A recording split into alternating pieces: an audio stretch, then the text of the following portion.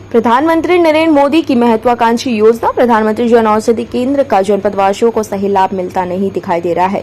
मोहम्मद जिला अस्पताल में संचालित प्रधानमंत्री जन औषधि केंद्र में बाहर की दवाएं बेचने का सनसनीखेज मामला सामने आने के बाद स्वास्थ्य महकमे में हड़कंप मचा हुआ है।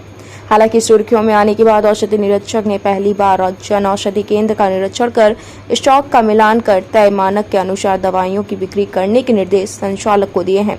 बीते दिनों अपर निदेशक स्वास्थ्य रेखा रानी निरीक्षण के दौरान जन औषधि केंद्र में बाहर की दवा मिलने पर कड़ी आपत्ति जताई थी, जिसके बाद सोमवार को सीएमएस द्वारा किए गए निरीक्षण के दौरान भी बाहर की दवाएं पाए जाने पर नाराजगी जताई गई थी। सूत्रों की माने तो जन औषधि केंद्र में बिक्री के लिए रखी बाहर की दवाएं जिला अस्पताल के एक कक्ष में रख दी गई थी, जो रातों रात गायब कर दी गई। जन औषधि केंद्र से निकालकर एक कक्ष में रखी गई दवाइयों को रातों रात गायब करने का मामला चर्चा का विषय बना हुआ है। लोक भारती डिजिटल से वहीद अहमद की खास रिपोर्ट।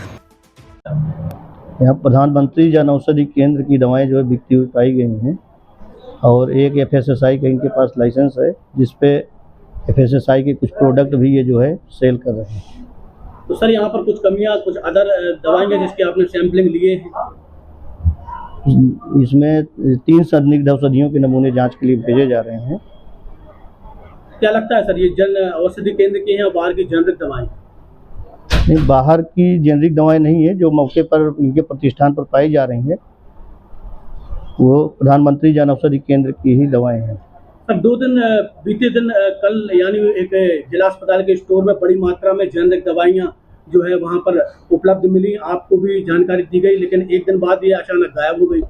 क्या लगता है कैसे उन दवाइयों की धरपकड़ हो पाएगी जब तक आप जो है मौके पर आए ही नहीं? अटेंडम अब इनकी जो है हर हफ्ते या 15 दिन में या 2-4 दिन में अटेंडम आकर के इनके यहाँ जो है औचक निरीक्षण किया जाएगा और उस निरीक्षण के दौरान अगर पाई जाती हैं तो जरूर उस पर अमल, जो भी कार्रवाई नियम बनती है नियमानुसार कार्रवाई अमल में लाई जाएगी।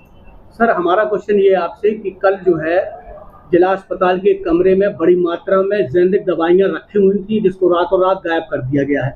ऐसे में आपको जानकारी मिली तो आप औचक निरीक्षण क्यों नहीं कर पाए मौके पर? नहीं, जेनरिक दवाएं तो ये बेचने के लिए अथराइज है ही हैं, ये वो वाली दवाएं थोड़ी ना अथराइज हैं। जेनरिक दवाएं ही तो बेचेंगे, जो प्रधानमंत्री जन औषधि केंद्र में जेनरिक दवाएं ही सेल की जा रही हैं, सस्ती दवाएं ही तो सेल की जा रही हैं। तो सर वो प्रधानमंत्री जन औषधि केंद्र के अंतर्गत आती हैं कि नहीं आती है बाहर की दवाइयाँ? नहीं, उसकी लिस्ट हम वो करके आपको जो है पूरी जो है लेबल करा देंगे। नहीं, दवाइयों में सर कुछ ना कुछ फॉल्ट होगा, तभी तो कमरे बंद करके रखी थी दवा। चोरी से दवा रखने का मतलब क्या था? नहीं, तो अटेंडम अब उसकी जो है बारी बारी से जो है हर हफ्ते, उस दवा की जिम्मेदारी कौन लेगा? हर हफ्ते 15 दिन, महीना भर, 2-4 दिन अटेंडम। अब पुराना जो बीत गया उसके बारे में कुछ नहीं कह सकते, मौके में नहीं है, जांच के दौरान नहीं पाई जा रही है और अटेंडम जांच जो है औचक निरीक्षण कंटिन्यू जो है वो करते रहेंगे। अगर पाई जाएंगी तो जो नियमानुसार कार्रवाई बनेगी उस कार्रवाई अमल में लाई जाएगी।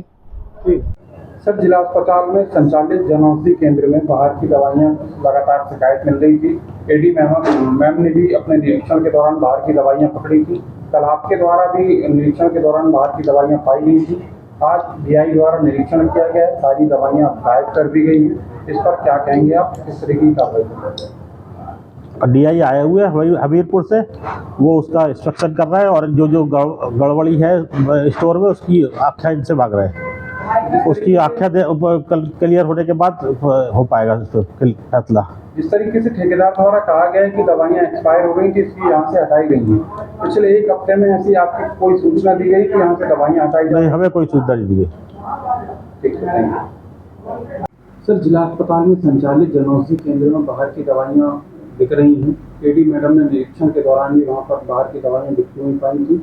कल सीएमएस के द्वारा निरीक्षण किया गया, उसमें भी दवाइयाँ पाई गई।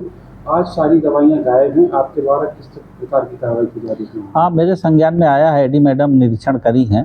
अब वहाँ पे क्या स्थिति थी अभी पूरी तरह से मुझे रिपोर्ट उसकी नहीं मिली है। जैसे ही मेरे पास इस तरह की कोई रिपोर्ट आती है कि वहाँ अनियमितताएँ हैं तो निश्चित रूप से वहाँ पर सीएमएस से बात करके और उनको सुधार किया जाएगा।